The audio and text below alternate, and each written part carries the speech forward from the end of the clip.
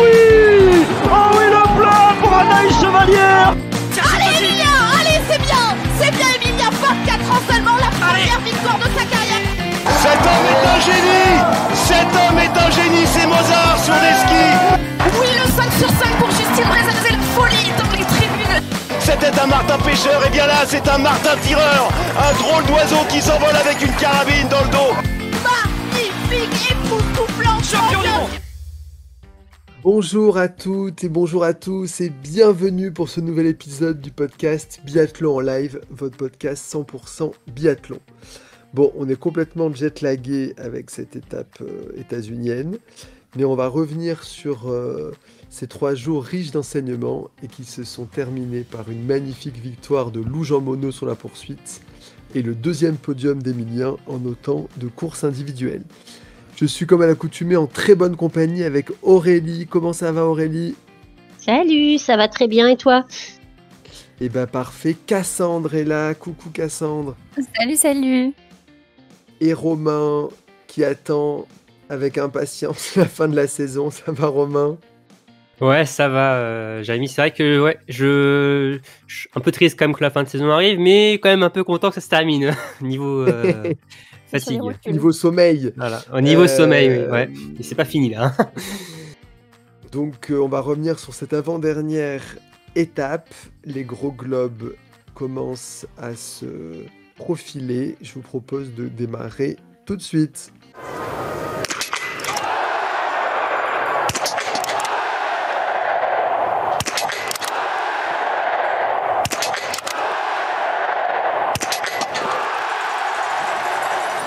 Alors, traditionnelle question, quelle est votre course du week-end ? Et j'aimerais aussi savoir ce que vous pensez de ce site américain assez particulier qui accueillera peut-être les épreuves pour les JO de Salt Lake City en 2034, même si tout ça reste à confirmer.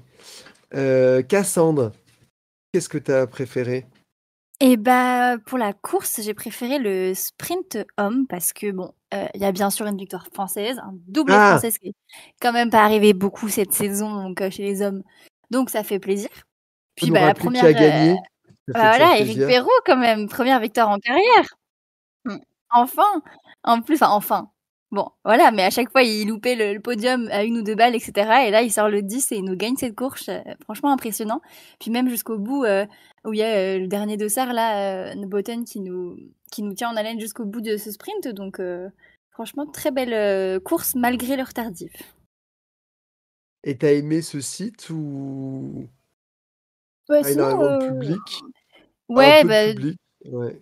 Un petit peu public, c'est vrai qu'il n'y avait pas beaucoup de ferveur populaire, mais non, pour être honnête, j'ai pas été très fan de ce site, mais même au niveau visuel, etc. Bon, il y avait des montagnes au fin fond derrière, mais le fait qu'il n'y ait pas beaucoup de neige, je pense, ça n'a pas aidé, et au fait que c'était pas super joli à regarder non plus. Donc non, personnellement, j'ai pas forcément beaucoup aimé le site.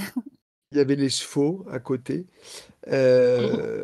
Aurélie, toi, tu es sur le sprint homme ou tu as aimé une autre course ? Moi, j'ai un peu aimé toutes les courses, je t'avoue, mais je vais prendre plutôt Sauf les relais, poursuite. Les relais, c'était pas terrible. Ouais, non, mais en même temps, ils étaient curieux à regarder quand même ces relais. Et moi, je vais partir sur la poursuite homme pour son son scénario de course avec Johannes qui avait raté son sprint, qui était à 16e, 17e place, qui fait une remontée. Emilien avec son tir foufou là, son 3e tir. Et puis bon, quand même un petit podium français. Et puis je trouvais qu'il y avait des beaux duels de tir quand même. Tout ce week-end en fait. Souvent ils étaient à 2 ou 3 à tirer en même temps et puis c'était quand même assez excitant en fait cette étape finalement au tir parce que c'était tellement curieux finalement que il y avait tout qui pouvait arriver à chaque tir en fait. Oui, et puis il y a une réalisation quand même. On a raté le debout d'Éric Perrault. Oui. Enfin, la réalisation parfois était quand même. On a raté un paquet de monde. Ouais. Ouais, c'est sur le site, ouais, je sais pas, un peu comme Cassandre. Après, il a l'air quand même très très exigeant ce site-là parce que c'était Enfin oui, enfin, il y avait des courses enfin, il y a des trucs improbables qui se passaient un peu tout le temps. Oui. Public, un joli dinosaure, des chevaux, tu le disais. Donc je sais pas, ouais, on verra quoi pour les JO 2034. Il y avait même des lamas. Hein. Oui, C'était Planète Sauvage, tu vois. C'est aux jeux de Beauval. ça faisait un peu dépeuplé quand même, un petit peu esselé, Ouais. je trouvais. Mais bon. Et ouais, c'est pour commencer, sur l'étape, j'avoue que j'ai eu un peu de mal à rentrer dedans. Sans doute avec le décalage horaire, les courses le soir, je sais pas. Je crois que c'est toi, Aurélie, qui disait, quand on en parlait, on a l'impression de voir des courses en rediffusion. Oui. Ouais, ça faisait un peu replay parce qu'il faisait nuit ici, mais il faisait Ouais. grand jour là-bas. J'avais l'impression de regarder un replay finalement, de pas être en live. C'est vrai que le premier soir, le vendredi soir, j'ai eu du mal à vraiment plonger dans cette étape. Et ensuite, le deuxième, ça a été mieux. Donc, et le dimanche, c'était plutôt sympa en fin d'après-midi, les courses. Mais après, le site en lui-même, ça manque d'arbres. Même au-delà des spectateurs, je trouve que ça, c'est pas si beau que ça, je trouve, le site en lui-même. Après, c'est un site qui est intéressant, je trouve, certes, qui n'est pas de difficulté comme on peut trouver à Oberhof, mais l'altitude fait bien le travail pour ça. Et non, je suis pas forcément fan, mais après, je suis toujours pour moi des étapes aussi outre-Atlantique, ça change aussi. On n'est pas sur une Coupe d'Europe, on est sur une Coupe du Monde, donc les États-Unis ou même le Canada ont droit à leurs étapes de Coupe du Monde, et ça change. Mais pas forcément fan, et plutôt, on verra justement le Canmore. Je pense qu'on va beaucoup plus apprécier ce site-là dans quelques jours. Mais sinon, pour la Oui. course, moi, j'aurais bien voulu faire un autre choix que celui de Cassandre, mais non, mon cœur penche pour ce sprint homme. Hein. Non, c'est un site qui réussit très bien en français, hein, d'Alexis Boeuf à Martin Fourcade, en passant par maintenant Éric Alexis Perrault, Boeuf, c'était après Sky, hein. C'était pas Soldier Rollo. Hein. Ah, c'était pas celui d'Arolo, mais les non. États-Unis, Rattrape-toi. je me rate. Non, C'est mais la même. il y avait une petite stat là-dessus sur le fait que l'étape américaine réussit souvent bien en français, peut-être l'altitude. Et d'ailleurs, je crois que Martin n'a jamais couru à Soldier Rollo là aussi. Donc, d'accord. Mais oui, parce qu'à 2019, Martin il fait l'impasse avant les mondiaux de Sursum. C'était l'année où il était moins bien. Donc, voilà. Et sinon, avant, c'était Presque Isle en 2016, il me semble. Donc, et c'est l'étape où elle avait gagné Alexis Boeuf. C'était aussi spécial, Presque Isle. Bah non, moi j'aime beaucoup. C'est plus boisé. C'était assez sympa. Et d'ailleurs, je crois qu'on en avait parlé ici. L'anneau de pénalité était très spécial parce qu'en fait, ça se fait autour d'une maison. Et en fait, ce qui est drôle, c'est que tu vois pas. En fait, c'était sur la poursuite entre Martin Fourcade et Jonas Beu. Jonas Beu était en tête bien devant Martin, mais Jonas fait 2 fautes. Et Martin arrive quelques secondes après, il fait le plein, mais du coup, en fait, quand Martin passe devant la pénalité, Jonas le voit pas. Donc en fait, tu vois, il y a aussi ça. Enfin, c'est marrant, quoi. Jonas, il se disait, est-ce que je suis devant, est-ce que je suis derrière Donc c'était assez original, mais même non, le site de Presque Isle est quand même beaucoup plus sympa que celui de Soldier Rollo dans mes souvenirs. Après, il n'y a pas non plus masse de monde sur place. Ah ouais, c'est pas encore le sport numéro 1 aux États-Unis, c'est clair. Pourtant, il y a des carabines, hein, il y a tout pour. Ça fonctionne. Oui, ça, ils aiment bien. C'est pas le. Bon, très bien. Donc, vos courses du week-end, je vous propose de passer à nos bleus ES. On va commencer par Justine Brisaboucher qui a réussi à remporter le sprint avec un temps de ski assez canon dans des conditions de chaleur et de neige très particulières. Ça brassait beaucoup, comme on dit dans le jargon. Elle semblait plus émoussée, plus en retrait sur le relais et la poursuite, avec 6 fautes sur la poursuite. Est-ce que pour vous, c'est encore jouable pour le gros globe? Pour moi, ça va être un petit peu compliqué quand même. Elle n'a pas vraiment son destin entre ses mains, même si elle fait un top week-end à Canmore. Elle est quand même dépendante du fait que Ingrid et dans une moindre mesure Lisa se rate face soit pas seulement derrière elle, mais face aussi des mauvaises courses. Donc ouais, ça me paraît compliqué. C'est pas impossible, mais c'est chaud, quoi. Ouais, puis en plus, elle est pas sur une bonne Oui, lancée en plus. déjà en tir, mais même à ski, du coup, bon, à voir à Canmore, mais là, elle nous a pas laissé une très bonne impression à ce niveau-là.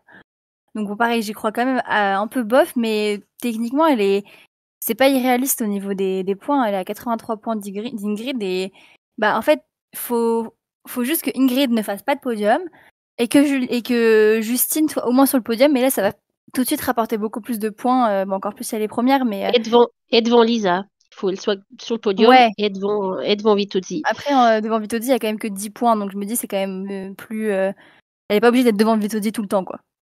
Ouais. Elle peut lui mettre pas mal de points sur une course et ça suffit, mais dans l'idée, c'est 3 pas. courses individuelles, ça fait beaucoup de points. Bah ouais. Bah Ouais. si elle gagne tout, ça fait beaucoup de points. Il faut faire un land the ride, quoi, pour remporter les ça. 3 courses. Bah si elle gagne toutes les courses ou même 2 courses et que Ingrid n'est pas sur le podium, elle reprend déjà 80 points. Donc c'est pour ça que ça peut aller très vite. Après, c'est vrai qu'elle n'est pas sur une bonne lancée comme on pouvait le voir début janvier et qui nous amène à dire que elle peut vraiment remonter, quoi. Ouais, Romain, qu'est-ce que t'en penses?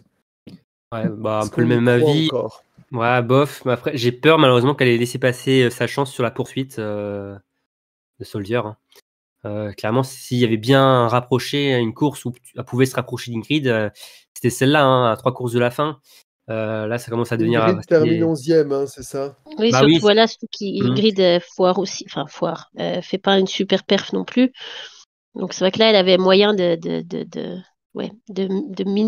réduire le gap entre elle et Ingrid.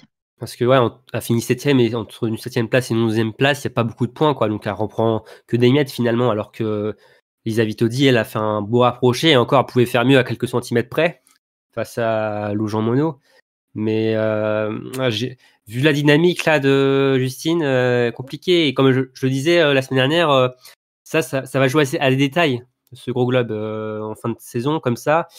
Et les détails là, ils sont voilà, ils passent pas pour Justine de ce côté-là. Comme pour d'ailleurs on en parlait, Julia aussi. Voilà, elle paye un peu leur irrégularité sur quelques courses et malheureusement, moi j'ai peur que ça le fasse pas et qu'on finalement on se rabatte peut-être sur un fight norvégo-italien, quoi. Même si oui, comme disait Cassandre, Justine n'est pas loin derrière les Vitozzi et ça peut aller très très vite, hein. Mais ouais, quand on voit la forme en plus de Justine, le fait qu'elle n'a pas réussi à bien s'acclimater au décalage, qu'elle dort pas pendant la nuit. D'ailleurs, bon, certains disaient que c'était économisé sur le relais. On a bien vu que c'était pas le cas, hein, que sur la poursuite, elle était aussi pas en forme. Bon, les signaux sont pas très positifs quand même, hein, sur cette fin de saison, mais bon, cette saison féminine est un peu folle, hein, pas très lisible. Donc voilà, on va quand même continuer d'y croire. Ouais, Lisa, j'ai lu Personne qu'Lisa le y veut, croyait peut-être que encore. Lou, Donc, Après, c'est pas la même dynamique que Justine. c'est vrai. Mais après, Justine peut aussi, elle peut nous sortir un très très bon week-end. Peut nous sortir le pire comme le meilleur en fait. Donc, et surtout si elle y croit encore, je pense elle aura peut-être un petit supplément d'âme pour se défoncer sur la piste. Oui, puis c'est un peu différent. On va parler de Julia. Julia Simon, tu as commencé à le faire, Romain, qui elle a annoncé qu'elle jouait pas le gros globe. Personne ne veut la croire, mais elle voulait vraiment jouer les mondiaux et elle pense au petit globe de la poursuite et de la Mastart. Voilà, elle fait pas. Il semblerait qu'elle ait même failli arrêter après les mondiaux sa saison. Donc voilà, là c'est peut-être encore une autre situation. Oui et non en fait, parce que maintenant quand il reste 3 courses individuelles, elle joue. C'est lesquels les petits globes qu'elle joue? C'est la masse et la poursuite. Ouais. Quand il reste que 3 courses, elle joue le général. Enfin, jouer ces petits globes-là, c'est jouer aussi le général, quoi. C'est engendrer des points. Et puis, même si c'est pas le gros globe son objectif, ça la fera quand même forcément, si elle réussit cet objectif-là, ça la fera forcément monter au général aussi. Donc oui et non, en fait. Ouais, mais elle a peut-être pas cette pression. Enfin, je veux dire, elle y pense moins en se rasant, là, comme on dit pour les politiques, mais c'est Bah pas le oui, bon mot. oui et non Elle y aussi, pense parce sûrement que moins que Ingrid et Justine et Elisa, à qui on en parle tout le temps et qui sont vraiment focus dessus jusqu'à la fin, quoi.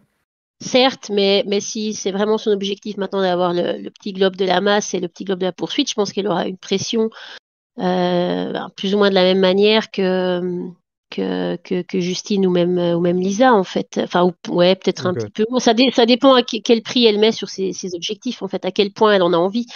Mais à ce stade-là de la compétition, je pense que de toute façon, elles sont toutes un peu dans un. En fait, les trois, deuxième, troisième, quatrième, elles sont quand même pas très très loin, même si Julien est un tout petit peu derrière.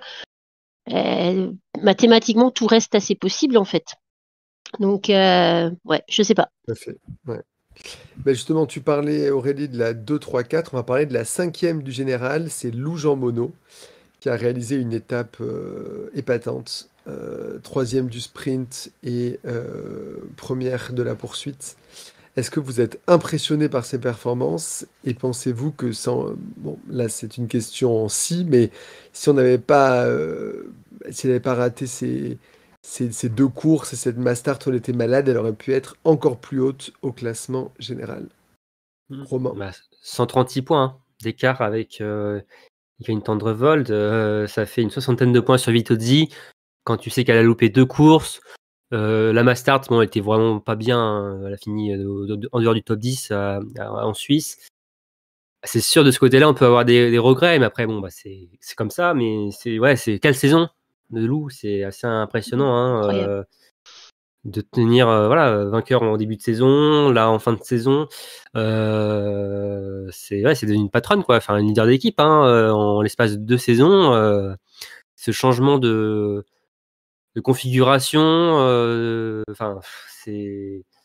Ouais, je suis assez admiratif et même je trouve que enfin son biathlon est enfin il a quasiment pas de défaut son biathlon, enfin elle est complète sur le tir, elle peut tirer rapidement, elle est précise, elle a des super qualités en piste, elle peut être très rapide sur un dernier Bonne tour, au elle est sprint. imbattable. Ouais. Enfin elle a tout. En fait, elle a tout pour remporter le gros globe les prochaines saisons quoi. Cet hiver, ce sera trop compliqué à 136 points, mais enfin, ouais, c'est assez impressionné par sa progression. Ouais, pas Lou. Hein. Moi, je propose qu'on écrive à l'IBU pour leur dire de remettre la règle où on enlève les 2 moins bons résultats. Là, Je pense que là, ça serait maintenant, là, tout de super. suite. Ouais. Ouais, et puis alors, on rajoute les mondiaux aussi pendant qu'on y est. Il s'est pas Et là, fait je 4 pense... lors de l'année Covid. On pourrait faire ça aussi sinon. Ouais, c'est 4, ouais, franchement. Alors que c'est cette année où il y a eu le plus de cas Covid finalement. Laissez-nous faire les calculs d'abord et puis on verra ce qu'on leur demande après. Voilà. On leur dira le règlement qu'on a adopté. Voilà. Et en plus, les mondiaux, il sera parfait. Ouais, c'est ça. Parce qu'elle a fait quand même des super mondiaux aussi, quoi. Elle a tout bien fait cette saison, finalement. Et le général, et les mondiaux, et les relais. Vraiment. Il lui manque peut-être un petit globe pour finalement couronner le tout de cette saison Coupe du Monde. Mais ouais, c'est vrai. après... déjà, en loupant 2 courses, enfin, c'était sprint poursuite du coup qu'il a dû louper. Ouais. 2. Bah, déjà, là, c'est plus compliqué.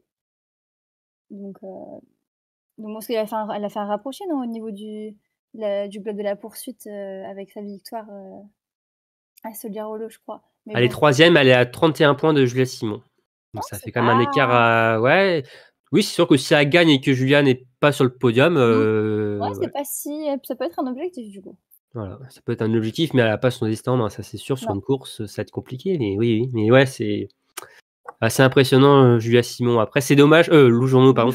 Mais Julia Simon aussi, d'ailleurs. Hein. Mais c'est vrai que, bon, là, on se retrouve avec des Françaises 3, 4, 5. Bon, il y a un peu de frustration de ce côté-là. Ouais, mais c'est top on a la quand meilleure même. équipe du monde et... C'est génial d'avoir 3 Françaises aussi. Oui, c'est génial. C'est génial.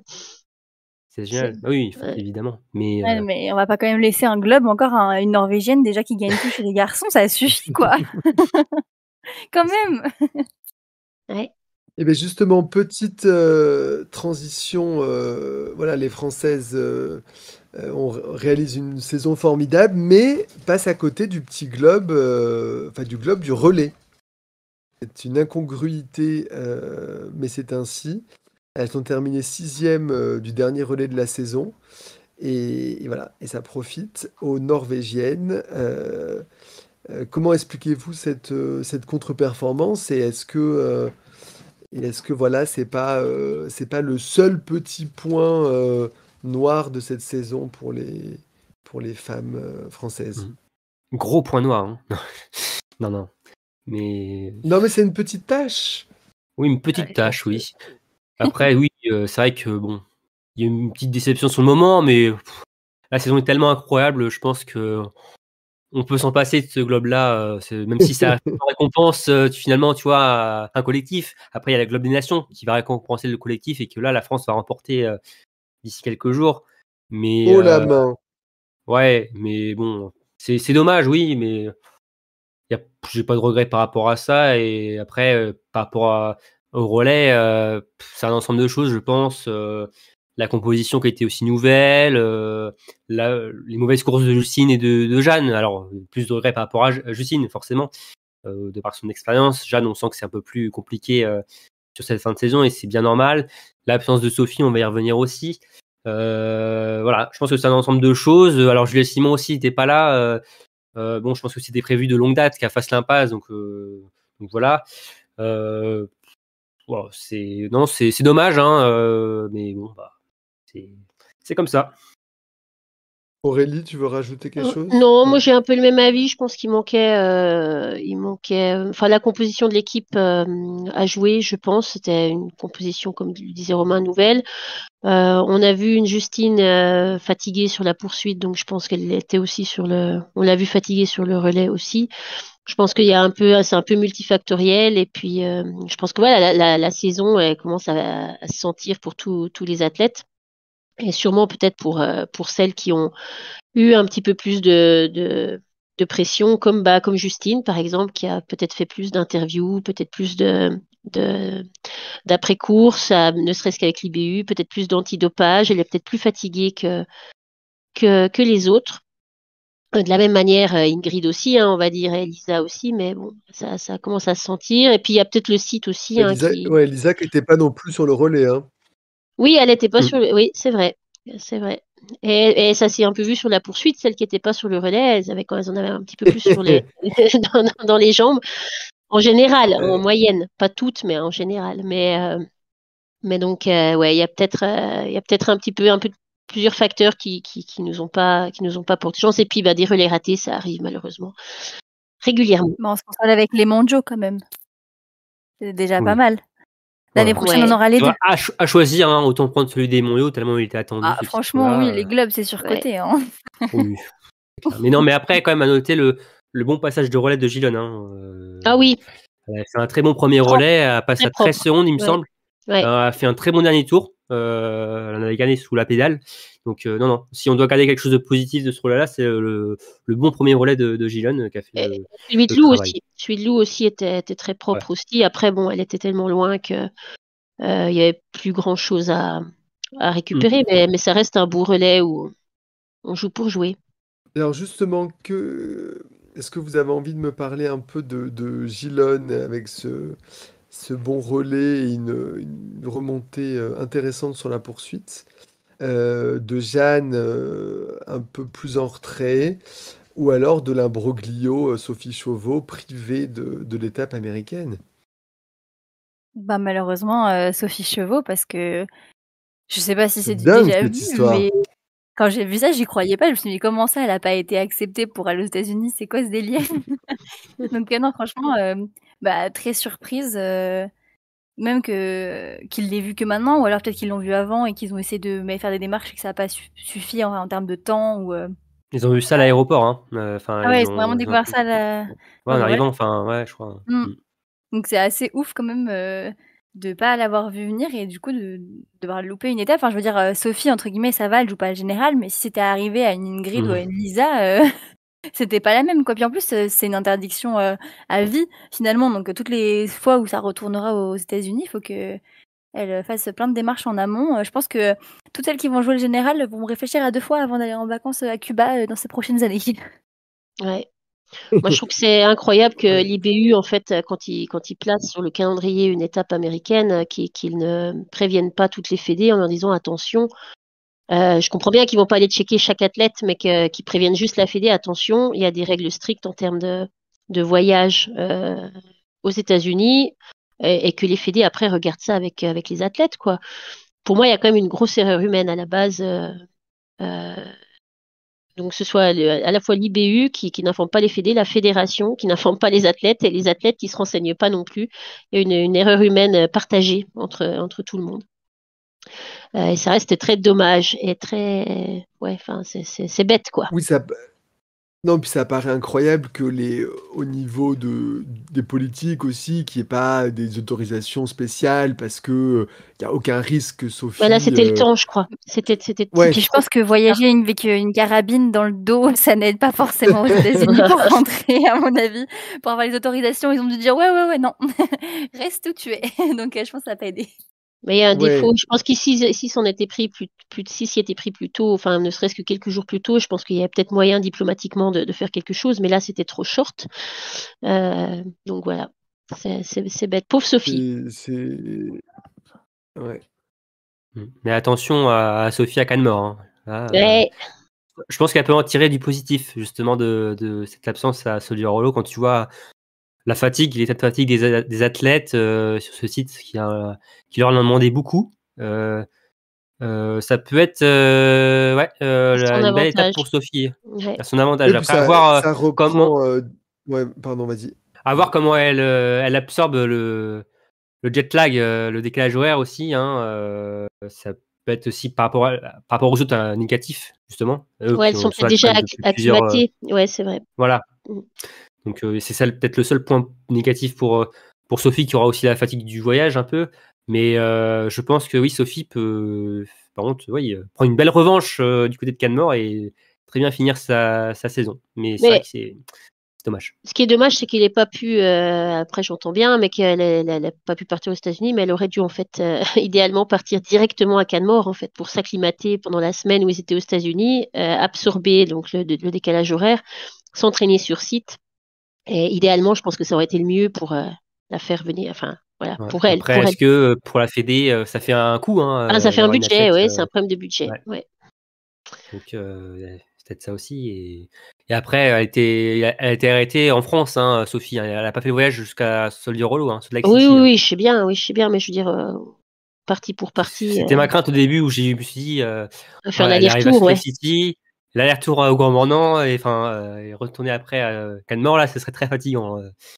Mais non, c'est dommage. Mais ouais, quand après j'en parlais pour Jeanne, c'est vrai que là, ça commence à être dur, difficile pour elle, hein, mais c'est tout à fait normal. Hein, ça fait quand même beaucoup de courses pour elle. Elle n'est pas habituée à enchaîner autant. Un peu comme d'ailleurs Sophie l'an dernier, hein, on s'appelle. Hein, elle avait fini complètement cramée. Là, il se passe un peu la même chose pour Jeanne et voilà. Et pour Gillian, je l'ai dit, un très bon relais de sa part et une belle poursuite. Hein, oui, en remontant au 21e rang. Donc, du positif dans tout ça, mon cher Jérémy. Mais merci Romain, parce que justement, on rappelle que le sprint femme, c'est dès jeudi. Hein. Donc ça va arriver quand même très vite. On sait quand est-ce que Sophie arrive au Canada, du coup? Elle était en vol ce lundi. Là. Donc elle va arriver là au début de semaine. Hein. Elle sera sur place. Début de semaine. Voilà. Comme les autres athlètes. Hein. Parfait. Alors maintenant, intéressons-nous à la planète biathlon et on va commencer par la leader du classement général, Ingrid Tendrevold, qui a réalisé une mauvaise poursuite. Les démons des mondiaux sont un petit peu réveillés, 11e et 6 fautes, avec des debout vraiment pas beaux. Néanmoins, elle se rapproche de son premier gros globe et succéderait ainsi à Julia, Marthe et Tyrrell. Est-ce que cette fébrilité sur le tir debout peut quand même lui coûter la timbale, à votre avis? Je pense que oui, parce que déjà, là, elle finit 11e, mais elle s'en sort pas si mal avec 6 fautes de finir 11e quand même. Elle a de la chance que les temps sur la poursuite n'étaient pas si resserrés que ça, donc ça l'a fait pas, ça lui a pas fait dégringoler trop de place. 11e, ça reste correct, un peu l'image de Jonas Bö finalement qui a pas perdu tant que ça, parce que avec son podium de la veille ou l'avant-veille, elle a quand même pas mal engrangé de points et que donc finalement, à part Lisa, tout le monde a un peu fait à son image une étape un peu compliquée, au moins sur une des 2 courses. Donc elle s'en sort pas si mal, mais je pense vraiment que ça peut lui coûter le général. Alors à voir, parce que là, la semaine dernière, à Oslo, ça allait encore. Elle avait pu reprendre son niveau de tir au niveau du debout par rapport aux mondiaux, et on s'était même dit ça y est, c'est bon, elle va rouler jusqu'à la fin de saison comme ça tranquillement. Donc que ça revienne comme ça sur la poursuite, c'est plutôt assez inquiétant, et je pense que ça peut lui coûter le général. Alors peut-être pas forcément face à Julia et Justine, mais Lisa, quand c'est extrêmement solide au tir, Ouais. et je pense que cette fragilité sur le tir debout, et aussi face à la pression de manière générale, ça peut vraiment lui faire défaut sur cette fin de saison. Il reste quand même 3 courses individuelles. Donc, faut Ouais. pas Dont 2 en que ça lui arrive trop confrontation. souvent. Ouais, Ouais. 2 en confrontation, on sent que c'est plus difficile en confrontation, hein, de toute façon. Se retrouver sur un pas de tir avec Vitozzi, tu sais déjà que l'adversaire à côté, elle va être bien tirée. C'est ça aussi, forcément, pour Thunderbolt, Ou même c'est Julia. compliqué mentalement. Oui, Julia, mais on va dire. Avec Julia. Mais ouais. Ouais, mais Julia, elle est plus loin, je veux dire, au général. Donc, je parlais surtout du côté de Vitozzi, qui est quand même la principale menace. Mais c'est vrai qu'elle nous a fait sa spéciale, hein. Thunderbolt, 3 fautes. Ça double C'est fou, hein. spécial. Toujours 3 fautes, même aux mondiaux, c'est assez terrible. Quand ça se rate, elle se rate pas à moitié. Donc, c'est vrai que ça laisse du suspense, hein, des interrogations pour Canmore. Après, ça clair pour Ingrid, ce sprint. Ça peut-être être la course déterminante, hein, déjà pour bien se placer sur la poursuite, et qui fait qu'elle peut-être perdra moins de points sur la poursuite si elle se remet à se faire quelques fautes. Donc, chaque course va être importante, hein, évidemment. Mais c'est vrai que je l'avais peut-être pas forcément vu venir à ce point, ce raté d'Ingrid Thunderbolt, mais elle a la chance, comme disait Cassandre, que les autres adversaires aussi ont chacune fait une course moins bien aussi. Donc, mis à part Lisa Vitozzi qui a plutôt été régulière, mais c'est une fin suspense, et une Vitozzi qui n'a pas lâché le morceau non plus. Vitozzi, 4e du sprint, 2e de la poursuite, battu d'un rien par Lou. Comme tu l'as dit, hein, Cassandre grignote un petit peu de son retard sur Ingrid. Cette régularité qu'on vante tous, une impasse bien choisie sur le relais. Est-ce que vous la voyez en jaune dimanche prochain? Moi non. Alors oui, je la crois très dangereuse pour Ingrid et même pour Justine. Après, je pense quand même que elle aura du mal l'écart est un peu trop grand. Je pense quand même que le jaune est pour Ingrid cette année. Je pense, mais à voir. À voir. Je pense que c'est entre Justine et Lisa, c'est celle qui me paraît la plus dangereuse des deux, celle qui a le plus de chances de venir attaquer ou rattraper Ingrid. Donc peut-être la deuxième meilleure prétendante au général. Après, je pense, encore une fois, que le gap est un petit peu trop élevé, et je pense aussi qu'Ingrid, elle a quand même pas fait un week-end dégueulasse non plus là aux États-Unis. Donc, si elle fait un bon sprint, je pense qu'elle peut limiter la casse sur la poursuite et les mass start.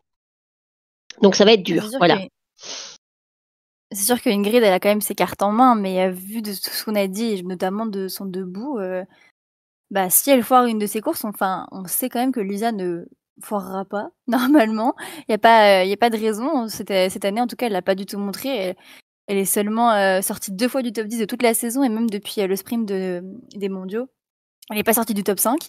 Donc, vu comment on sait que le podium rapporte de gros points, si Ingrid, elle n'arrive pas à ajuster la mire, la vise. Bon, bref, si elle n'arrive pas à bien tirer debout, elle peut très vite revenir, Lisa. Donc, franchement, moi, je mets quand même une petite pièce sur elle après la Mastart ce dimanche. En plus, elle a eu déjà l'habitude, l'expérience de cette pression-là il y a quelques années de ça.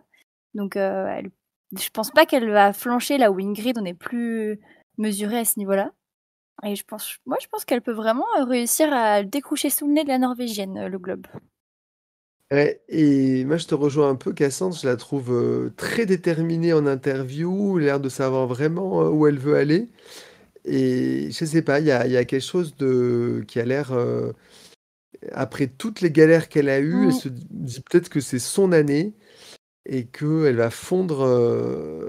Ça s'est déjà vu, hein, des retournements sur les dernières étapes, donc à suivre. Ça serait beau, comme tu dis, avec toutes ces galères en coucher, notamment qu'elle a eues, ou le gros globe qui lui a échappé. Je trouve que ça serait une belle histoire qu'elle Par contre, remporte cette j'espère année. juste qu'elle perdra pas le gros globe à quelques points, encore une fois. Ah ouais. Parce que ça doit être rageant quand même. Quelques points, numéro 2 à juste quelques points de la numéro 1. Même si c'est une Française devant. Bah, si c'est une Française devant, non, ça va, là, on s'en fiche, mais si c'est, ou de la même manière, ça doit être rageant si c'est Justine qui perd le globe à quelques points, où elle fait un super dernier week-end, et Justine, ou Julia, un super dernier week-end, et puis, en fait, il en manque juste rien du tout, quoi. Comme tu dis, la petite marge, peut-être la 11e place de tel sprint ou telle course, si ça avait été une 8e place, bah, ça l'aurait fait, mais voilà. J'espère juste que ça ne jouera pas trop comme ça. Pour elle, pour les athlètes. Après, pour les spectateurs, c'est fantastique quand ça se joue vraiment à couteau serré comme ça. Ça reste Ingrid qui a le plus à perdre quand même dans l'histoire. Ah si oui. Elle le perd à quelques points. C'est sûr. Après, on ne sait pas aussi comment seront les conditions hein, sur place. Peut-être qu'il y aura quelques rafales pour pimenter tout ça. J'espère que la glisse sera assez équitable quand même, parce que sinon ce serait dommage de perdre là-dessus. De finir sur ça, ouais. Après, alors, si c'est la France qui a une glisse 50 secondes plus rapide que les autres. Non, même, je préférerais que ça se joue équitablement. Ok, on sera plus content que si c'est Ingrid qui a une bonne glisse, mais dans l'idée, je préfère que ça soit sur le sprint des mondiaux, je t'ai pas entendu dire que c'était pas équitable. Hein, C'est pas les mêmes enjeux. C'est une seule course. C'est vrai, c'est qu'un gros globe de cristal. Hein, c'est vrai, c'est pour. Ouais. Non, mais voilà, pour que tout le monde ait ses chances quand même. Et qu'il n'y a pas de frustration. Enfin, il y en aura forcément pour 4 des 5 ou 3 des 5, enfin des 4, mais le moins de frustration possible, en tout cas, au niveau du matériel. Alors, qu'est-ce que vous retenez, mis à part voilà, tout ça, entre le globe du relais pour les Norvégiennes qu'on a déjà un peu évoqué, les Autrichiennes 4e du relais et Anna Gandler 6e sur le sprint, donc les Autrichiennes très fortes, ou Tuuli Tomingas, l'Estonienne, qui réalise un beau week-end. Moi, je retiens le relais, pas tellement la victoire des Norvégiennes, mais plus le relais dans sa globalité, on va dire, avec la déroute des Françaises, quand on en a parlé, la belle place des Autrichiennes, la belle place des Allemandes. Ouais, le relais dans sa globalité, on va dire. De mon côté, moi, ce sera plutôt Anna Gandler, l'Autrichienne, qui cette saison s'impose comme la numéro 1 autrichienne. Ouais. Elle est actuellement 24e du général, tandis que Hauser est 33e seulement. Hauser qui a complètement disparu du. Lâcher la rampe.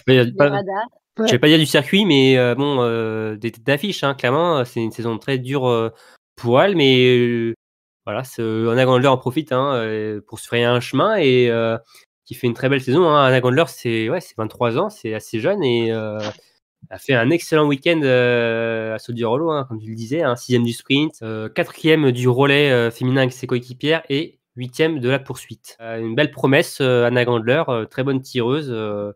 Franchement, non, c'est de très beaux progrès pour cette saison pour l'Autrichienne qui, oui, s'impose comme maintenant la numéro 1 de son pays.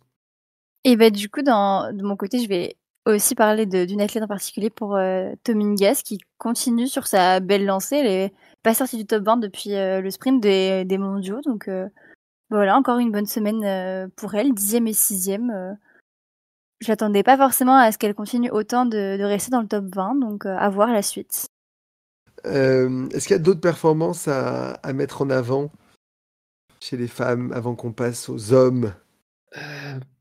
Une autre performance en avant, moi, alors c'est une déception, c'est Anastasia Kuzmina, qui a son retour assez compliqué sur la scène internationale. 85e du sprint, seulement à Soldier-Hollow. Son week-end américain a tourné des cours pour pour la Slovaque. Donc, c'est vrai que c'est pas un retour exceptionnel de sa part. Alors, elle a fait un beau top 6 en IBU Cup la semaine précédente, mais sur la Coupe du Monde, on sent que bon, c'est difficile de s'approcher des premières places. On va voir ce que ça sera du côté de Canmore, mais pour le moment, le retour est pas sensationnel comme on aurait pu l'attendre. Mais bon, je n'attendais pas non plus à ce qu'elle gagne et qu'elle fasse des podiums, mais un petit peu décevant quand même, pour ma part. Parce que Kousmina, c'était... Pour ceux qui ont un petit peu oublié, ça a quand même eu des résultats assez incroyables. Oui, un énorme Voilà. palmarès, Une Kousmina. grande dame. Oui, non, mais c'est pour les jeunes auditeurs. C'est triple championne olympique, 3 médailles d'argent au jeu, championne du monde, 18 victoires individuelles. Enfin, franchement, c'est 3 petits globes. Et 3 petits globes, mais alors, pas de gros globes, mais une deuxième place en 2017-2018. Ouais. Et c'est pas n'importe qui. Donc, c'est pour ça qu'on attendait aussi son retour avec impatience. Enfin, en tout cas, voir ce que ça allait donner. Malheureusement, c'est difficile. C'est difficile. Difficile. Et toi, Cassandre, c'est pas beau d'enfoncer les collègues norvégiennes? Non, mais malheureusement, je vais continuer dans les déceptions, entre guillemets. Mais je vais parler du beau 0 sur 5 en debout de Juni Arne Kleiv. Voilà, je n'ai pas grand-chose d'autre à dire que ça. Je pense que ça parle pour lui-même. Je m'attendais pas à une telle craquante sur le debout. Et ça l'a même fait sortir de la poursuite, quoi. Donc, pas une très bonne semaine pour la Norvégienne. Elle s'est bien reprise sur le relais. Après, pour lancer ses copines sur le relais féminin, elle était là. Aurélie, tu veux nous parler d'Elvira Heuberg? Oui, Elvira qui fait quand même un sprint pas terrible. Elle fait 8 sur 10, je crois, mais elle est loin, 28e place. Mais elle fait quand même une belle remontée sur la poursuite. Comme notable, quoi. C'est à noter. Elle est pas très en forme en ce moment, Elvira, je trouve. Et j'englobe un peu sa sœur, même dans le paquet. Sa sœur aussi fait pas une très belle fin de saison. Les deux sœurs. Une très belle saison, peut-être même. Même une très belle saison tout court, ouais. Mais bon, donc Elvira qui est quand même bien placée au général par rapport à sa sœur, en tout cas, elle a aussi une fin de saison assez décevante. Mais une belle remontée sur la poursuite, voilà. C'était la perf que je voulais mettre en avance. Eh bien, alors je vous propose de passer maintenant aux hommes et à nos bleus, et on va parler d'Éric Perrault. Wouh qui remporte sa première victoire sur le circuit de la Coupe du Monde, et ça c'est incroyable. Et il se rapproche également de son deuxième objectif de la saison, qui est le dossard bleu. Il a 18 points de Tommaso Giacomel, l'italien. Voilà, est-ce que vous pensez que cette victoire allait arriver aussitôt dans sa carrière? Est-ce que vous êtes impressionné par ce résultat? Ah bah forcément. Enfin, une première victoire en Coupe du Monde, on peut être qu'impressionné. C'est vrai qu'Eric tournait un peu autour de, alors pas de la victoire, mais en tout cas du podium ces derniers temps. Un podium qu'il avait déjà conquis l'an dernier à Östersund à la même époque. Mais là, oui, de remporter cette gagne cet hiver, je l'attendais peut-être pas forcément au vu de forcément la diversité norvégienne. Difficile de se faire une place. En plus, ils étaient 8 sur le sprint. Donc clairement, c'est compliqué encore plus de se faire une place. Oui. Mais non, franchement, hyper impressionné. C'est ce qu'on disait aussi l'autre fois, que certes, il n'avait pas fait de podium. Sur l'individuel, c'était dommage à 8 dixièmes. Mais c'est pas grave. C'est de l'apprentissage, ça allait venir. Et c'est venu. Alors, plus tôt que je le pensais, mais c'est le bienvenu, ce magnifique victoire. Et franchement, non, ça fait trop plaisir. Et c'est l'éclosion d'un athlète, d'un jeune talent qu'on voit venir depuis quelques temps, qui se construit petit à petit, qui ne grille pas les étapes, qui a la tête bien faite. On va pas s'enflammer non plus, mais c'est une nouvelle étape de franchie pour accomplir encore plus belles choses à l'avenir. Même avis. Je le voyais pas venir si tôt et surtout, comme disait Romain, avec tout le monde qui est devant, tous les Norvégiens, il faut les passer un par un. Et début d'une longue série, oui, je pense qu'on le reverra sur le podium, voire même sur la plus haute marche du podium. Après, ouais, je pense pas que ça va être régulier non plus à la Johannes ou à la Martin Fourcade, pas pour tout de suite, quoi. Mais il est là, il est dans la place. En plus, sur ce sprint, il avait face à lui un grand Émilien Beu sur les skis, donc. Impressionnant, Émilien. Ouais. 8 sur 10, c'est si proche. Franchement, il a épaté son monde. Mais justement, Émilien, avec son temps de ski canon sur le sprint et cette 3e place sur la poursuite, voilà, est-ce que vous y attendiez après cette saison difficile? Est-ce que ça peut même le libérer et qu'il puisse finir en trombe sur l'étape canadienne? Le délivrer aussi, mais. Ah, c'est vrai que ce temps de ski là sur le sprint, waouh! Alors franchement, ça, je l'ai pas vu venir. Hein. On sait alors sur un premier tour, ok, mais sur un deuxième et surtout sur un troisième, alors là, il m'allait sur le cul. Hein. Franchement, prendre que 1 seconde 8 par Johannes en temps de ski sur le sprint, c'était pas attendu. C'est vrai qu'on peut avoir le regret du tir debout où il fait 2 fautes, mais bon, forcément avec la victoire d'Eric et le doublé avec Émilien, on va dire que pour nous en tant que spectateurs et passionnés de l'équipe de France, bon, la pilule est passée, facilement. est mieux passée. Même. Voilà, mais c'est vrai que non, c'est assez impressionnant ce qu'elle nous a fait Émilien. Alors un peu moins sur la poursuite sur son 3e tir. Il va vite quand même sur la poursuite. Ouais, il va vite aussi, mais ouais, non, mais dans l'ensemble, alors bon, c'est vrai qu'il y a la tâche quand même aussi du relais où là, bon, il fait un peu n'importe quoi, si on peut dire, hein, sur le tir debout, hein, comme un peu sur la poursuite, où bon, il a du mal à se contrôler, à contrôler ses nerfs.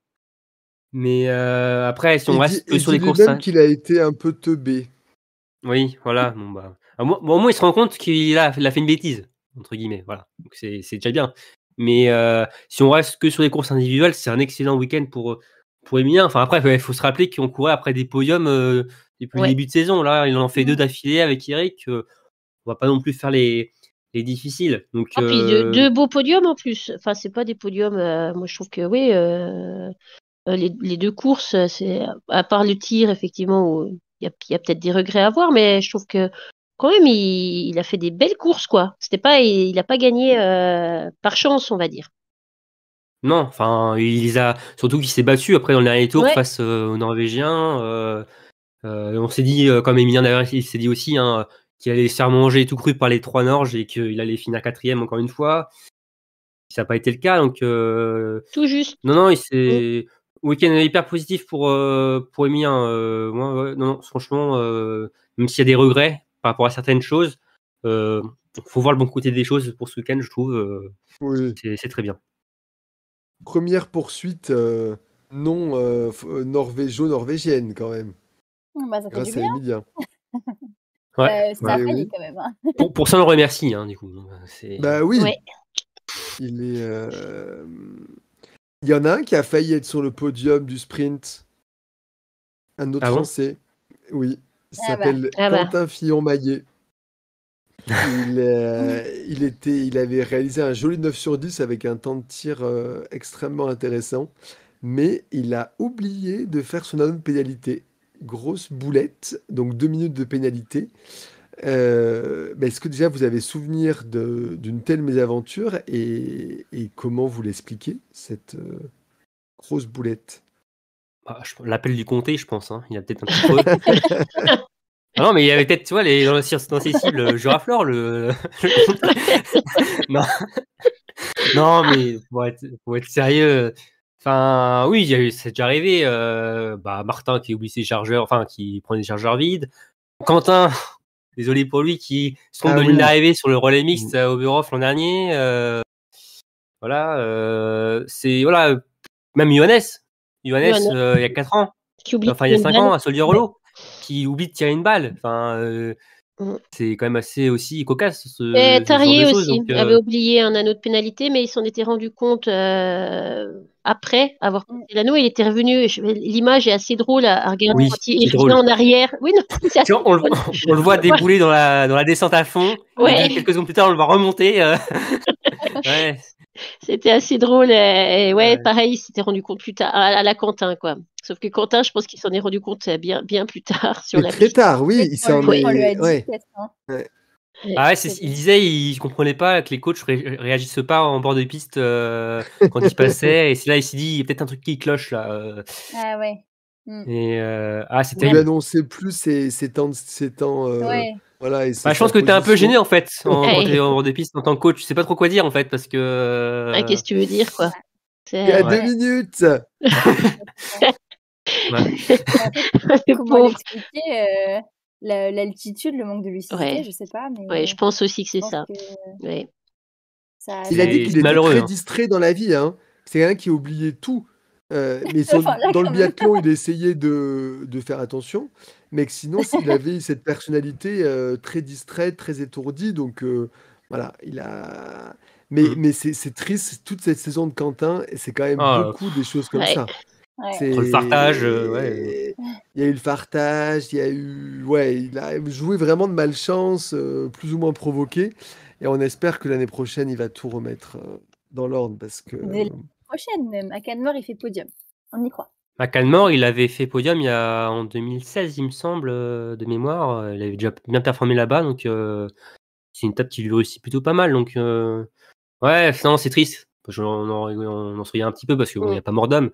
Mais ouais, c'était victoire quoi, ou podium. Enfin, pour Mais- Quentin qui est à la recherche de perf. Et puis triplé, ça aurait été. Dans le même genre, il y avait aussi Jean-Guy qui avait, lui, à l'inverse, qui joue aussi la victoire, je crois. C'était peut-être même sa première Jean-Guillaume victoire. Béatrix. Ouais, Jean-Guillaume Béatrix, c'est qui, lui, avait tiré plein et Ah. avait fait un tour. avait fait un tour. Non. Et Johannes Beu devrait faire ça, je trouve. Il devrait sortir des petits paris et se dire bon, même si je fais le plein, je fais 2 tours de pénal histoire de dire Ouais, que juste donner pour un peu jouer. d'adversité à tout ça, quoi, le challenge. Ouais, pourrait encore être pas qu'il est mal. bon.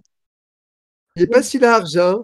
Ouais, Ouais. c'est pas si large cette saison. Ouais. D'ailleurs, Jérémy va juste revenir sur quelque chose sur Emilien par rapport à son tir debout, parce que bon, sur le premier tir debout sur la poursuite, bon, il tire à fond. Hein, il fait un tir en 21 secondes 5, 3 fautes. Il fait le plein au 4e. Donc on se dit, bon, bah, il s'est calmé tout ça. Il fait le tir en 17 secondes 1. Ouais. Ouais. Ouais, Et son dernier super tir est rapide. incroyable. Ah bah oui. Bah quand ça passe, c'est toujours incroyable. Hein. Et d'ailleurs, au tir coup debout, Quentin, il fait le premier meilleur temps de tir coup debout, 17 secondes 7 sur le premier. Et le deuxième, il fait le 3e temps en 17 secondes 8. Donc bon, Quentin, qui était loin. Mais c'est vrai que bon, week-end frustrant pour venir à Quentin, c'est terrible. Et on espère qu'il va l'avoir, il va aller décrocher cette victoire à Canmore. Il a toutes les qualités pour en plus. On sent qu'il est en forme sur cette fin de saison.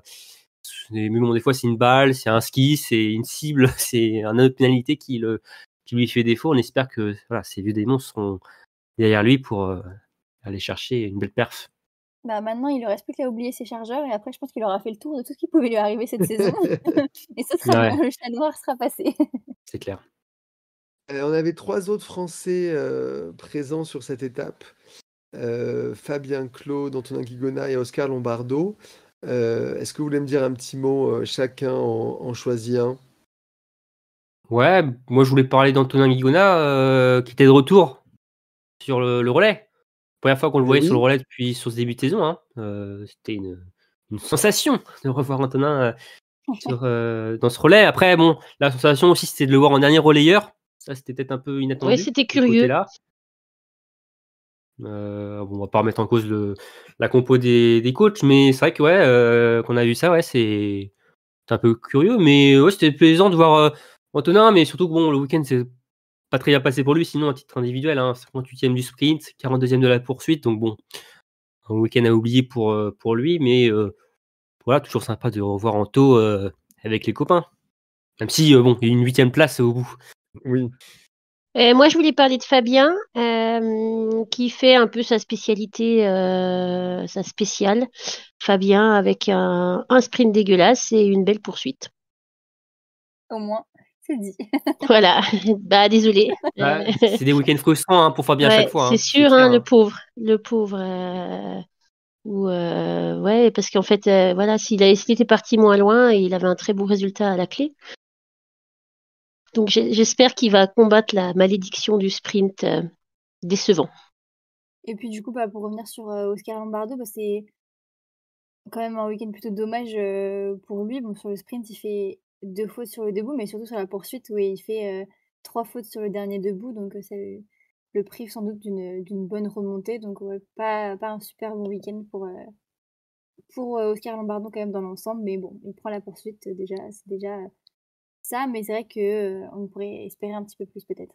Merci. On va s'intéresser maintenant à la planète biathlon avec les frères Beu qui n'en finissent pas de maintenir du suspense, même si Tarier, deuxième de la poursuite derrière son frère, ne gagne pas de points sur cette étape.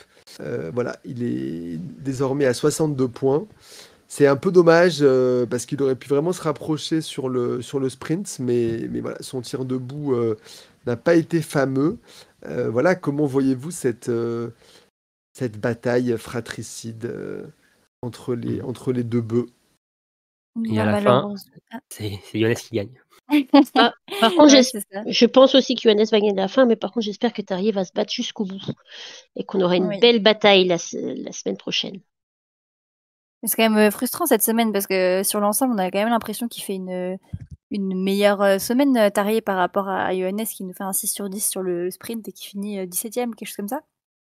Mais bon, les victoires sont beaucoup plus récompensées que avant, et donc du coup, c'est un petit peu frustrant, je trouve, de pas le voir au moins regrappiller quelques points, parce que je pensais vraiment qu'après cette semaine, il avait quand même repris quelques points, et je me dis, bon, on sait jamais, même si Johannes Beu est très solide, mais au moins, il y avait un peu plus quelque chose à jouer, quoi. Alors que là, même quand Johannes se rate sur une course et qui finit premier sur la deuxième, alors que Tarier fait mieux sur l'ensemble de la semaine, en fait, il repère des points, quoi.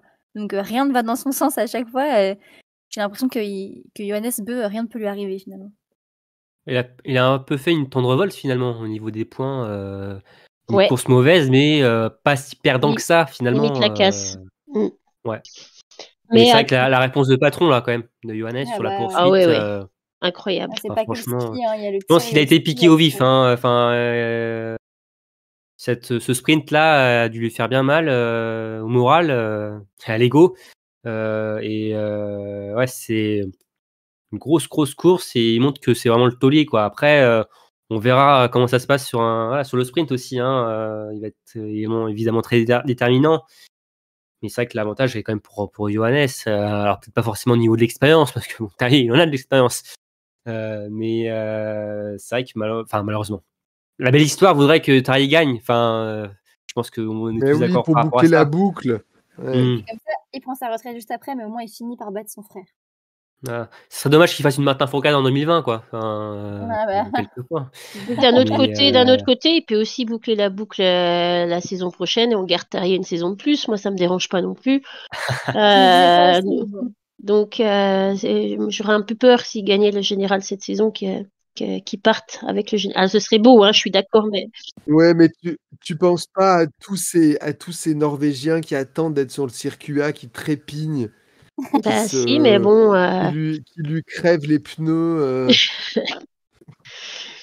Mais oui, non, mais c'est vrai. Mais bon, je pense quand même que Johannes. Non, mais je comprends. Moi, j'adore Tarier. Moi, j'ai juste trouvé pendant la poursuite qu'à un moment, il tractait vraiment son frère. Il était devant, il bossait pour son frère dans le 3e tour là. Et je me suis dit, moi, je sens quand même que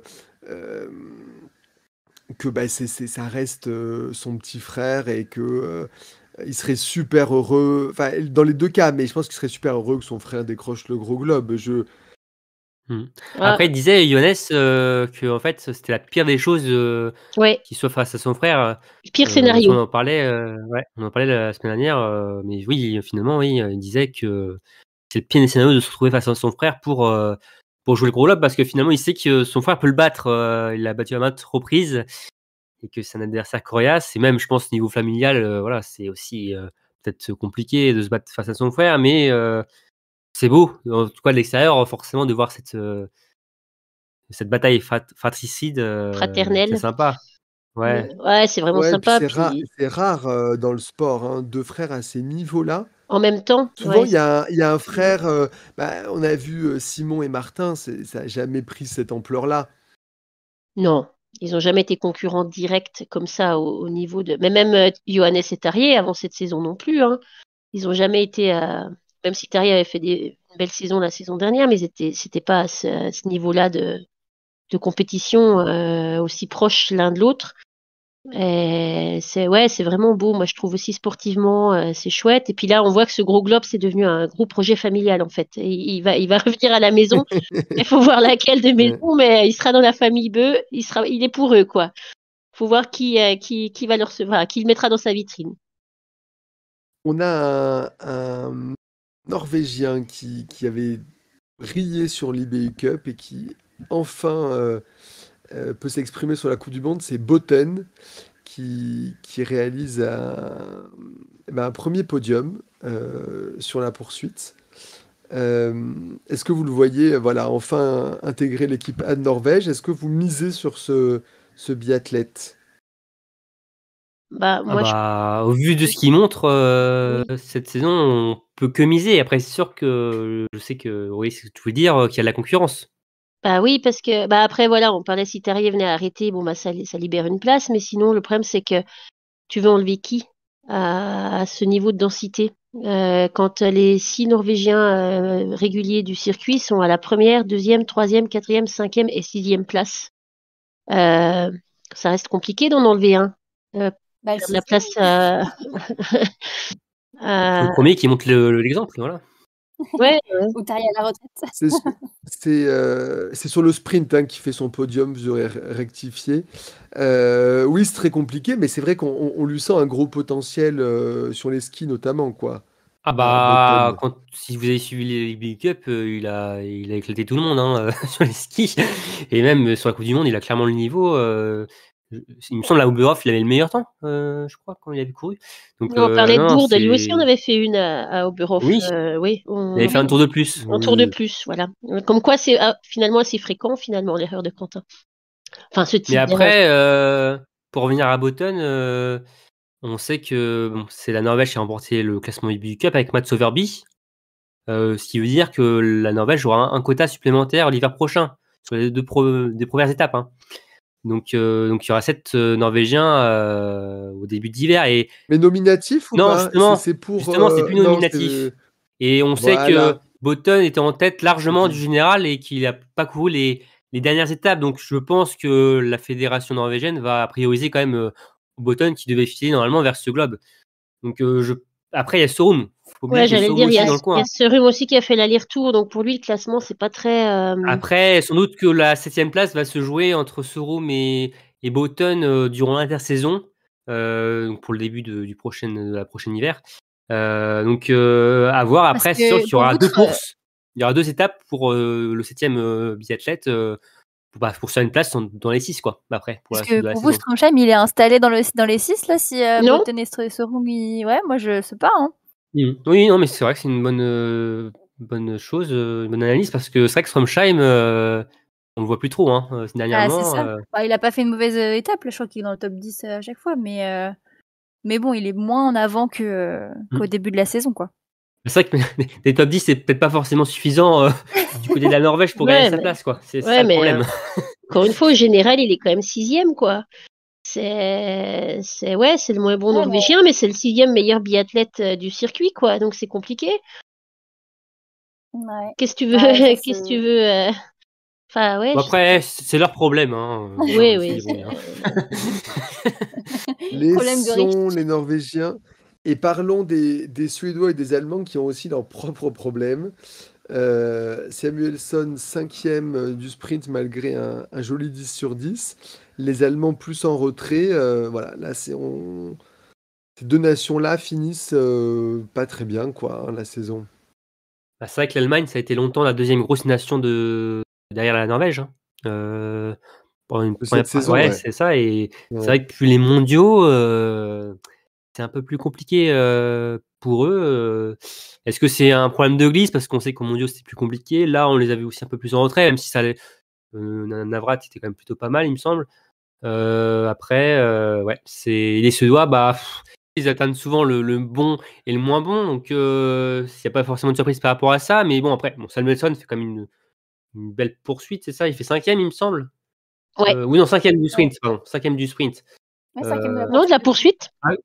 Aussi, oui, d'accord. Voilà, donc ça reste quand même un bon week-end, mais on sent qu'il manque un peu de magie quoi, pour Samuelsson pour faire mieux sur ce week-end. Donc, je suis pas forcément déçu de ce côté-là pour les Suédois, mais c'est vrai que oui, le niveau des Allemands est plutôt marquant par rapport à ce qu'on a vu sur ce début de saison. Et tu vois, ça ouvre des portes aux Français qui, eux, sont mieux que sur le début d'hiver. Et on sent que les formes et même les performances se croisent entre ces nations. Et à l'avantage des Français, tant mieux. Mais ouais, à voir après du côté de Calmore comment ça se déroule. Mais oui, il y a plus d'ouverture, même au niveau des Norvégiens. Alors certes, il y a beaucoup encore de podiums et tout pour eux, mais c'est un peu plus ouvert et les Français ont réussi à. Oui, Dalleux, Christiansen, c'est moins bien. Hein. Ouais, c'est moins bien. Ils alternent un peu, voilà. Ouais. Et la semaine dernière, c'était ce tour-là. Là, c'est Johannes. Voilà, peut-être la semaine prochaine sera le tour de Christiansen, peut-être. Qu'est-ce que vous retenez sinon de cette étape entre Campbell Wright, 6e du sprint et un très bon relais, le relais américain aussi à domicile très fort, le relais italien qui est encore sur le podium, les Norvégiens du relais qui gagnent le globe ou la grid toujours régulier, toujours là. Pour moi, les Américains. Les Américains qui font un très bon week-end à domicile. Bah, je vais copiter Aurélie. Hein. Les Américains, même Campbell Wright, même particulièrement, qui continuent à faire une très bonne fin de saison. Et de concrétiser ça pour lui, c'est sympa. Donc voilà, c'est ce que je retiens. Sur le relais homme, on sait que les Français étaient derrière, donc finalement c'était sympa. Enfin, on s'accrochait sur cette belle performance américaine, on espérait un beau podium. Ouais. Donc c'est ce qui me faisait maintenir aussi un peu en envie, je ne sais pas, mais éveillé sur ce relais où c'était sympa de voir les Américains à domicile performer ensemble. Et bon, c'est pas passé, c'est dommage, mais pour le podium. Mais c'est vrai que Campbell Wright, c'est assez épatant, qui surfe sur ce qu'il a fait à Oslo la semaine précédente. Et non, c'est très sympa de voir le nouveau américain qui était avant néo-zélandais sportivement, maintenant qui est sous les couleurs des États-Unis. Et non, c'est très sympa. Et en plus maintenant il est bien classé au général. Hein, il me semble qu'il est autour de la 30e place, 31e. Donc c'est chouette. Ça va peut-être un peu dur pour intégrer le 25 pour s'assurer la mass start, mais si il fait une beau sprint et une belle poursuite, il n'y a pas de raison qu'il fasse ses 3 courses à Canmore. L'un va avec l'autre. De toute façon, s'il réussit à faire le top 5 de la semaine, peut-être qu'il pourra se rapprocher du top 25 à voir. Parce qu'il y a trop de retard en termes de points, je sais pas. Ouais. Il compte, il a 181 points et la 25e place est à 244. Donc c'est possible, mais voilà, c'est pas encore. Beaucoup de personnes à passer quand même. Ouais, tout à fait. Mais c'est sympa de voir sur le sprint Campbell Wright, Eric Perrault, Tommaso Giacomel, la relève qui est là. Donc, l'image entre Giacomel et Eric Perrault était super sympa aussi. Ouais, c'était chouette. Ils se battent un petit peu pour ce dossard bleu, mais ça fait plaisir. Donc voilà, Jérémy, je pense qu'on est tous d'accord pour cette préférence américaine. Très bien, une dernière performance à mettre en avant, ou vous voulez passer directement à l'IBU Cup parce qu'on a des choses à dire? On peut peut-être passer à l'IBU Cup quand même. Ouais. Il y a des très belles choses qui sont Alors, passées. Romain, je te laisse annoncer la formidable nouvelle. Bon, je pense que les gens sont au courant, ceux qui nous écoutent. Mais oui, il y avait cette bataille, on en avait parlé la semaine dernière, féroce pour Océane Michelon pour le gros globe de cristal en IBU Cup face aux Norvégiennes Caroline Herdal et Jenny Hinault. Et il y avait 3 courses au programme et au final, c'est la Française qui a soulevé le gros globe de cristal après un super week-end où elle a été super performante face à des adversaires, une Jenny Hinault qui était cuite de chez cuite sur les skis, qui d'ailleurs a annoncé sa retraite sportive à l'issue de cette dernière course au Bertillac. Et Caroline Herdal qui derrière les cibles n'a pas été très régulière, donc Océane Michelon finalement s'est largement imposé finalement sur ce classement IBU Cup. Il n'y a pas eu de contestation possible de ce côté-là au final, 803 points contre 708 pour Jenny Hinault, donc même plus d'une victoire d'avance. Océane Michelon bien en tête, avec 2 courses en moins, 2 étapes en moins. On sait qu'en janvier, elle n'était pas là, hein, elle était sur la Coupe du Monde. Donc clairement, ce globe a le mérite amplement. Et en plus, c'est pas la seule récompense de cristal qu'elle remporte, puisqu'elle avait aussi remporté en amont le globe du sprint et de la poursuite. Donc c'est une superbe saison, hein, pour Océane, hein, avec en plus ses médailles au championnat d'Europe. Comme j'ai dit aussi, ses premières courses de Coupe du Monde. Donc vraiment une très très belle saison pour la jeune tricolore, qui permet à l'équipe de France d'avoir un quota de 7 places en début de saison prochaine. Et ça, c'est une très bonne nouvelle, vu tout le potentiel qu'il y a, la densité de cette équipe. Après, oui, comme je le disais pour les garçons tout à l'heure, le quota n'est pas nominatif non plus, hein. Donc Océane Michelon, certes, a débloqué ce quota, mais c'est pas certain que ce soit elle. Après, bon, on espère qu'elle sera récompensée à sa juste. Un peu salaud, ouais. Ouais, c'est sûr. Après, comme on dit, il y a la concurrence. Donc, et je pense que le choix sera fait aussi durant l'intersaison, mais au niveau des états de forme. Mais on espère qu'Océane Michelon pourra profiter de cette place qu'elle a brillamment remportée.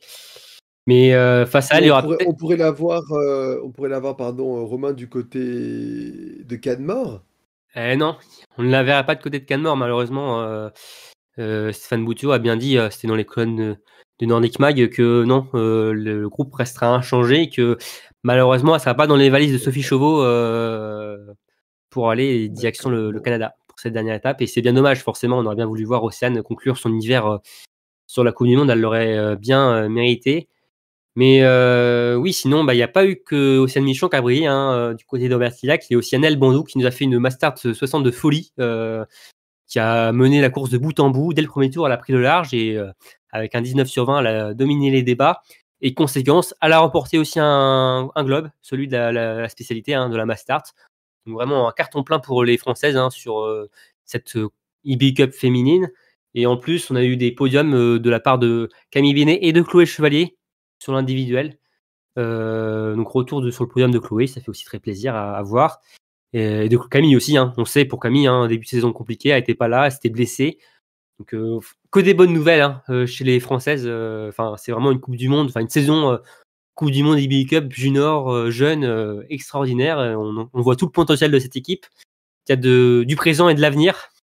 Donc c'est super chouette de ce côté-là. Ouais. Chez les garçons, il y a aussi du potentiel, mais chez les Norvégiens, du présent et de l'avenir.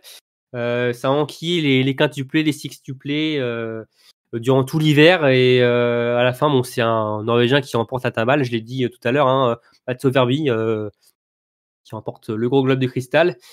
Alors, côté français, c'est un peu moins en réussite que chez les Françaises, mais il y a quand même 3 cérémonies des fleurs pour Emilien Claude, qui par 2 fois est terminé meilleur des autres. C'est-à-dire meilleur des autres Norvégiens. Des non-Norvégiens. Voilà, ça mérite une victoire, j'ai envie de vous dire, au vu des performances. Mais non, c'était une belle fin de saison quand même pour Emilien sur la scène internationale, et une belle saison d'IB Cup qu'on a eu plaisir à suivre durant toute cette saison. Super, merci beaucoup Romain. Et passons au programme de la prochaine étape. Cassandre, je te laisse dérouler le programme. Déjà, première chose, il va falloir encore un petit peu veiller la semaine prochaine, mais un petit peu moins que cette semaine, parce que les dernières courses ont lieu aux alentours de 22h. Alors si on reprend du début, il y a le premier rendez-vous qui sera le jeudi 14 mars à 17h40 pour le sprint femmes, où le petit globe va notamment se jouer entre Tendrevold et Justine Brezas-Boucher. Le vendredi 15 mars, on retrouvera le sprint homme à 17h40 également. Et là, Tariebeu pourra peut-être se consoler avec un petit globe, à défaut d'avoir le gros à la fin de la semaine. Le samedi 16 mars, on retrouve la poursuite féminine à 18h10, avec donc Julien en bonne position pour le petit globe. Le samedi toujours, la poursuite homme un peu plus tard, donc à 22h10. Le dimanche 17 mars à 18h10, on aura la Mastart féminine avec toujours Julia Simon en bonne position pour le petit globe. Donc il y a quand même quelques enjeux pour les Françaises la semaine prochaine, outre que le gros globe. Et pour clôturer cette saison, ça y est, c'est la fin. À 22h20, on retrouvera également dimanche la Mastart homme pour finir cette saison en beauté, on l'espère. Quelle idée, une course à 22h20 un dimanche soir. Pour une fin de saison. Pour une fin de Ouais. saison. C'est un peu triste, je trouve, quand même. Ouais. Pour nous, oui, pour eux, peut-être comme il sera pas à 22h, ça leur fera peut-être moins cet effet-là. Même Ouais, si ils auraient pu courir à 6h du matin quand même pour nous faire plaisir sur place. Pensez à nous, quoi. Voilà. Merci beaucoup, Cassandre. Je crois qu'on a fait un bon tour de cette étape américaine. On a hâte de connaître le dénouement de cette saison qui a été riche, qui nous a quand même bien tenu en haleine, je trouve, qui est passé toujours extrêmement vite. N'hésitez pas à partager, commenter, liker sur toutes les plateformes, voilà, et à continuer à nous suivre. Et même après la fin de la saison, il y aura encore des épisodes de bilan, des invités d'été, etc. Et des invités de marque. Est-ce qu'on peut donner un avant-goût ou c'est trop tôt, Romain? Il y aura Martin Fourcade, Johannes Beu, non. Björn Dahlem. Non, mais il y aura plein de choses à vivre. Comme d'habitude, pendant l'intersaison. On croit patienter tous les passionnés avec des tours de l'actu, des invités divers et variés. Voilà, il y aura tout ce qu'il faut pour avec aussi les courses d'intersaison qui nous feront patienter jusqu'à la fin novembre. Ah oui, bon, profitons de ta dernière semaine, voilà. C'est clair. Fartons nos skis et c'est parti. Je vous dis un grand merci à tous les trois, Cassandre, Aurélie et Romain. Et on se retrouve très vite pour la fin de la saison. Bonne soirée, bonne journée. Salut. Ciao.